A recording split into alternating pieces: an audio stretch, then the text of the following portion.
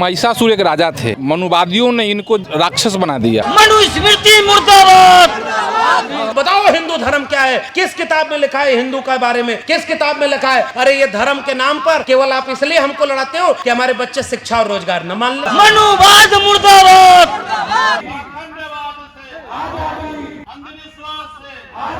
हिंदू राष्ट्र का मतलब है कि ब्राह्मण राष्ट्र कायम करना।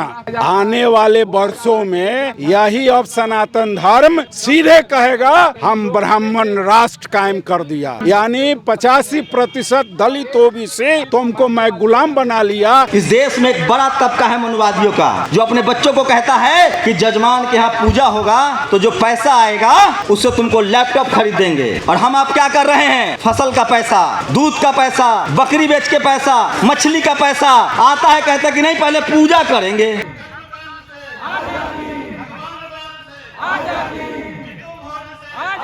यदि 2024 में भाजपा की सरकार को लोग नहीं उखाड़ फेंका तो उसके बाद ब्राह्मण राष्ट्र की घोषणा होने जा रही है। धर्म के नाम पर चंदा मत दीजिए। आप कर्जा काट के जो चंदा देते हैं वो चंदा देना ही बंद कीजिए। राम मंदिर बन जाने से देश का विकास हो जाएगा? इस देश में नहीं। विद्यालय को बेचा जा रहा है, पुस्तकालय को बेचा जा रहा है, अस्पताल को बेचा जा रहा है, और राम मंदिर बना करके लोगों को धर्म के नाम पर धर्म के लोगों को गुलाम बनाया जा रहा है। ब्राह्मणों का बच्चा, सवर्णों के बच्चे विदेश में पढ़ते हैं और हमारे बच्चे को कहते हैं कामर लेके जाओ बेटा, तुम कामर लेके जाओ, बाबा को जल चढ़ा करके आओ, तुम अगला बार मैट्रिक में 60% से पास कर जाएगा। तो फिर वो अपने बेटे को विदेश में क्यों पढ़ाते हैं? हमारे 3 ओबीसी के वैज्ञानिकों ने चंद्रयान पहुंचाया। हमारे लोग हल जोतते हैं, खेत जोतते हैं, बिल्डिंग बनाते हैं, फैक्ट्री चलाते हैं, वैज्ञानिक हैं। पत्रकार नहीं बन सकते हैं भैया, जज नहीं बन सकते हैं। ये 2 ऐसी जगह है जहां मनुवादियों का वर्चस्व है, उसको खत्म करना होगा। 1976 में सुप्रीम कोर्ट ऑफ इंडिया ने जजमेंट दे चुका है कि रामायण काल्पनिक ग्रंथ है, इसलिए उसका जो भी पात्र है वो काल्पनिक है। पुनर्जन्म और भाग्यवाद, इनसे निकला ब्राह्मणवाद। और ब्राह्मणवाद की क्या पहचान? गिटपिट बोले करे न काम। और मनवाद की क्या पहचान? ब्राह्मण भंगी एक समान। जिसमें समता की चाह नहीं वह बढ़िया इंसान नहीं। समता बिना समाज नहीं, बिन समाज जनराज नहीं। जो जमीन को जोते बोए वो जमीन का मालिक होए। राष्ट्रपति का बेटा हो या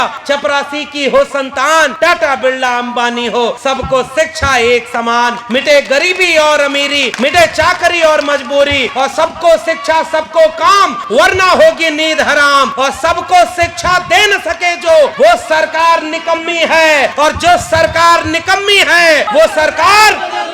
जब हिंदू धर्म का स्थापना और स्थापक का जब क्वेश्चन होने लगा तब सनातन आ गया। तो सनातन भी हमारे बुद्ध का है। सनातन ये पाली लिपि शब्द है। अब इसको सनातन के घंटी, अब मनुवादी लोग हम सनातनी है, हम सनातनी है। 2022 के पहले हिंदू हिंदू रटता था। मूल निवासियों की एक आवाज, अपना देश अपना राज। मूल निवासियों की एक आवाज, अपना देश अपना राज। नमस्कार, मैं हूं जयप्रकाश और आप देख रहे हैं समता भारत टीवी। इस वक्त बिहार के हाजीपुर में है और यहाँ पर राजा महिषासुर और बसावन भुइया का सम्मान समारोह का आयोजन किया गया, जहाँ प्रोफेसर लक्ष्मण यादव और नेशनल दस्तक के संपादक शंभू कुमार सिंह भी आए। लगभग 1000 की संख्या में लोग इकट्ठा हुए हैं और राजा महिषासुर का सम्मान दिवस मनाया है, बसावन भुइया का सम्मान दिवस मनाया है। कुछ लोग मेरे साथ मौजूद हैं, इन लोगों से बात करते हैं और समझने का प्रयास करते हैं इन लोगों का सम्मान दिवस क्यों मनाया जा रहा है। ललन साहू जी हैं जो आरजेडी के नेता हैं और सामाजिक कार्यकर्ता, इनसे बात करेंगे। महिषासुर और बसावन भुइया का सम्मान समारोह क्यों?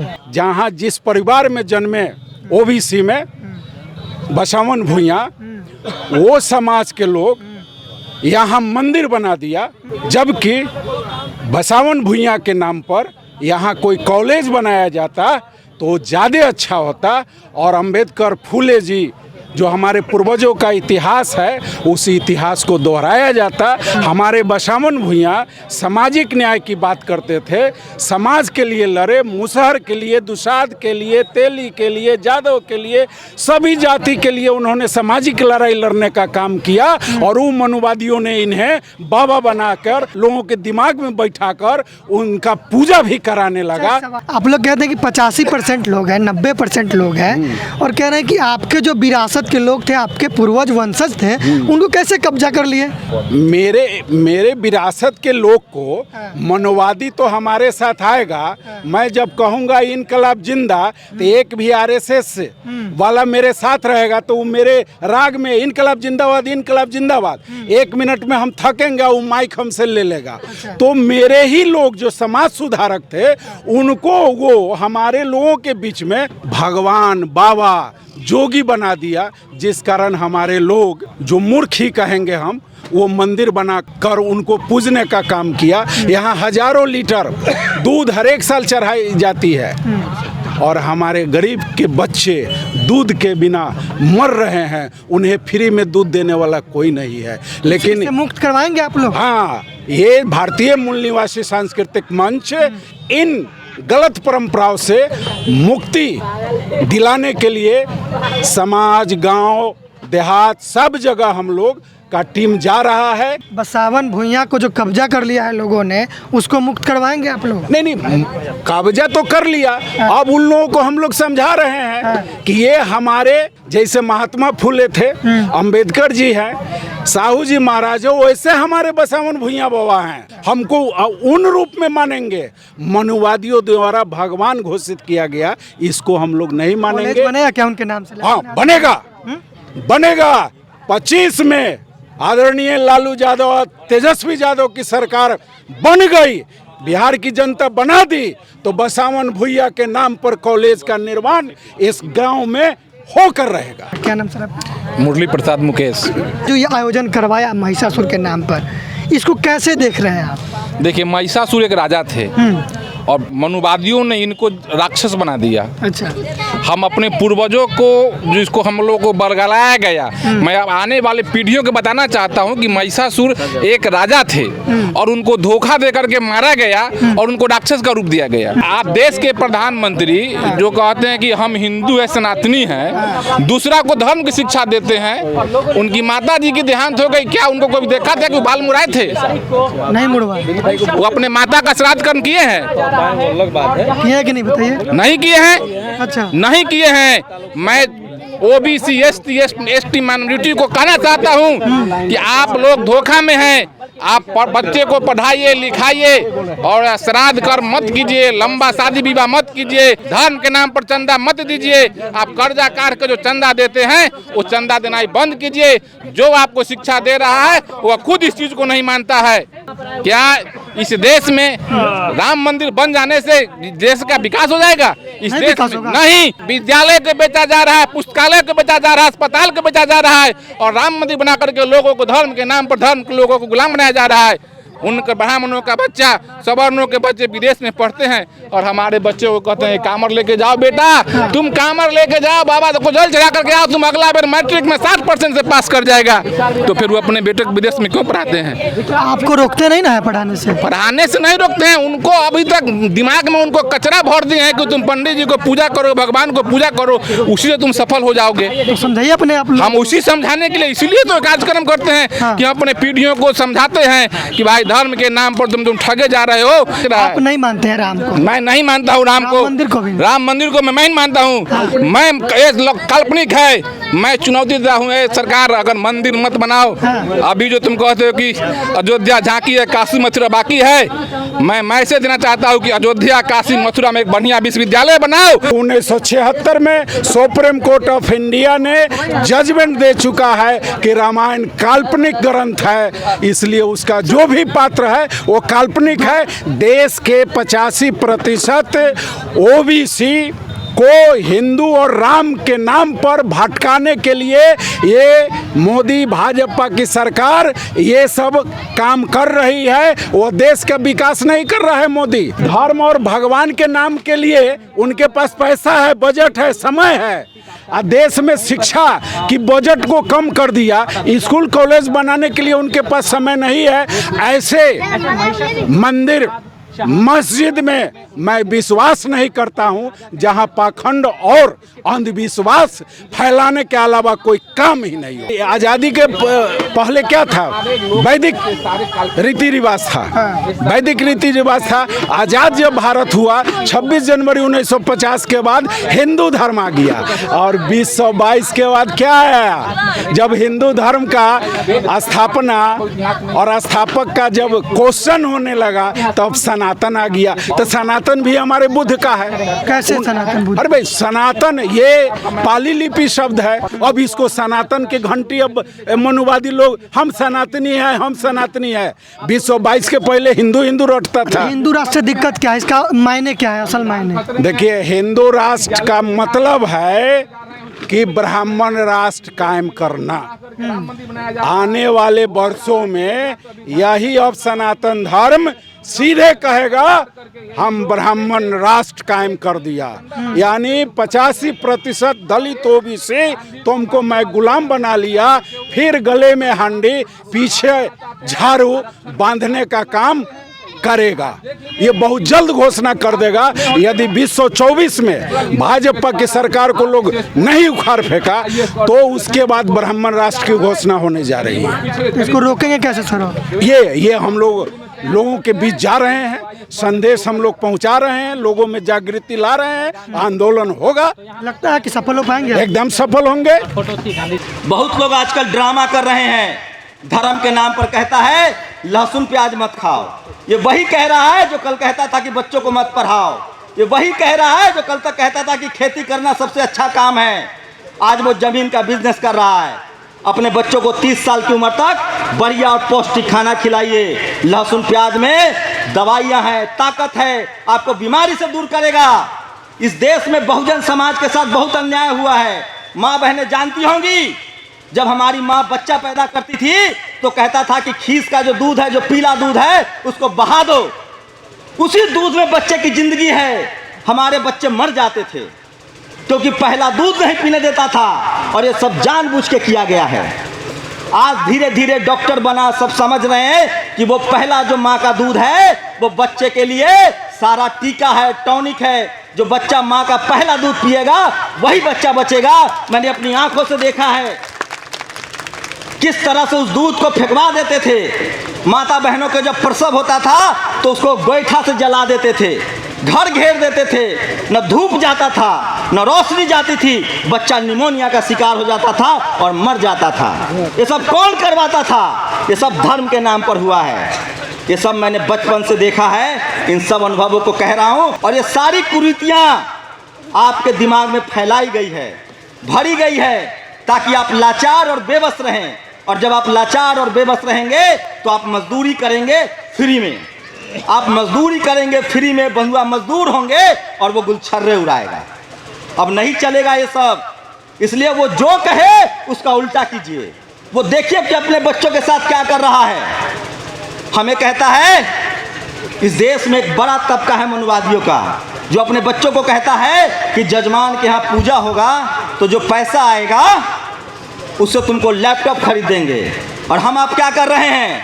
फसल का पैसा, दूध का पैसा, बकरी बेच के पैसा, मछली का पैसा आता है, कहते कि नहीं पहले पूजा करेंगे। आपका बच्चा न मजदूर बन जाएगा, उसका बच्चा कलेक्टर बन जाएगा।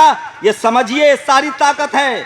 दुनिया में सबसे बड़ा धर्म है जिस माँ ने हमें 9 महीने तक पेट में रख के और अपना खून पिलाया है। वो माँ बाप हमारे लिए सबसे बड़ा भगवान है। उस माँ ने एक बच्चा के पालने में 5 साल गीला बिस्तर पर सोई है। हमारे पास तो बिस्तर भी नहीं होता है, हमारा तो छत भी टपकता था।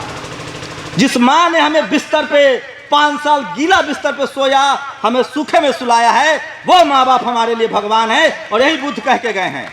पढ़ लीजिए आप लोग। इस दुनिया में सबसे बड़ा काम है अपना हेल्थ, अपना शरीर, अपना समाज, अपना देश, अपना परिवार।